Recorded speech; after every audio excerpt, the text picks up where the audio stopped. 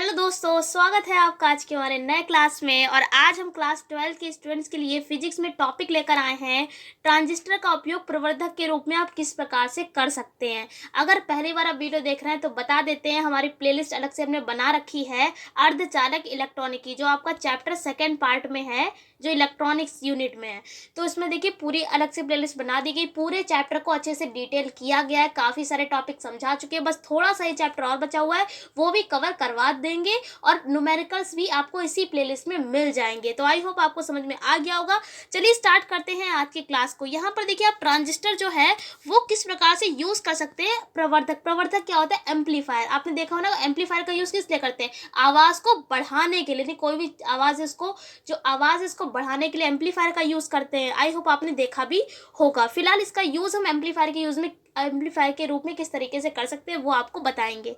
तो देखिए जैसे लिखा हुआ है कि ट्रांजिस्टर को प्रवर्धक के रूप में निम्न 2 क्रमों में जोड़ा जाता है। तो पहला तो ये है हमारा उभयनिष्ठ आधार। आधार को क्या बोलते हैं? बेस बोलते हैं।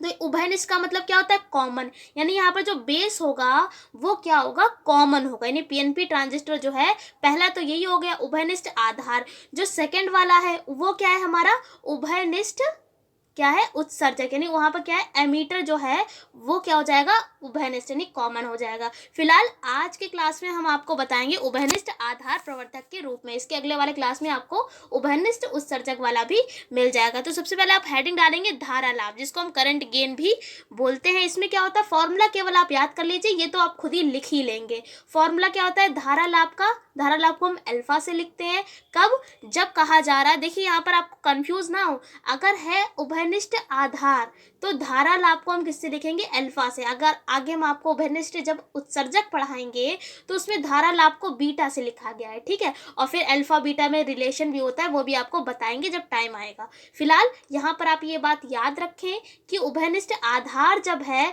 तब धारा लाभ को हम अल्फा से लिखते हैं। इसमें फॉर्मूला क्या होता है?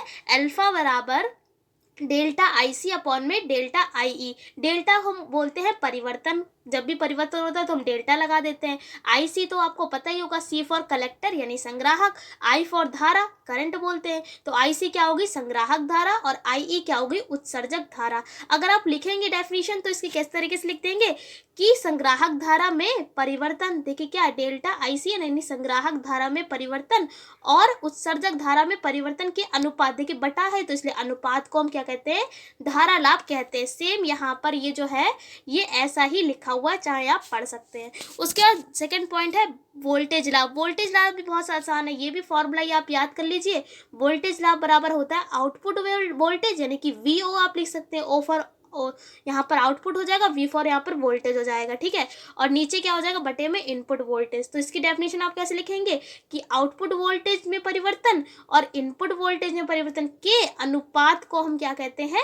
वोल्टेज लाभ कहते हैं। उसके बाद थर्ड पॉइंट है हमारा शक्ति लाभ। शक्ति लाभ क्या होता है? जो धारा लाभ अभी आपको ऊपर पढ़ाया फर्स्ट A वाला, और जो B हमारा क्या था? वोल्टेज लाभ। इन्हीं के हम गुणनफल को क्या कहते हैं? हम शक्ति लाभ कहते हैं। तो ये भी फॉर्मूला याद कर लिए, P बराबर IB, यानी क्या होता है? शक्ति लाभ बराबर धारा लाभ इंटू में वोल्टेज लाभ। तो आई होप आपको समझ में आ गया होगा। सेम ऐसे ही हमारा उभयनिष्ठ उत्सर्जक भी है। ये देखिए जो हमने यहाँ पर आपको शक्ति लाभ लिखवाया है, वोल्टेज लाभ लिखवाया है, सेम सब कुछ यही है, बस उसमें चेंज क्या होगा? ये उसमें क्या हो जाएगा वो हम आपको बताएंगे अगले क्लास में, इसलिए आपको उसका वेट करना पड़ेगा। अगर आपको वीडियो पसंद आई हो तो लाइक करिएगा, चैनल पर नए हैं तो चैनल को सब्सक्राइब कर लीजिए। हम आपसे फिर मिलते हैं किसी क्लास के साथ, तब तक के लिए जय हिंद, जय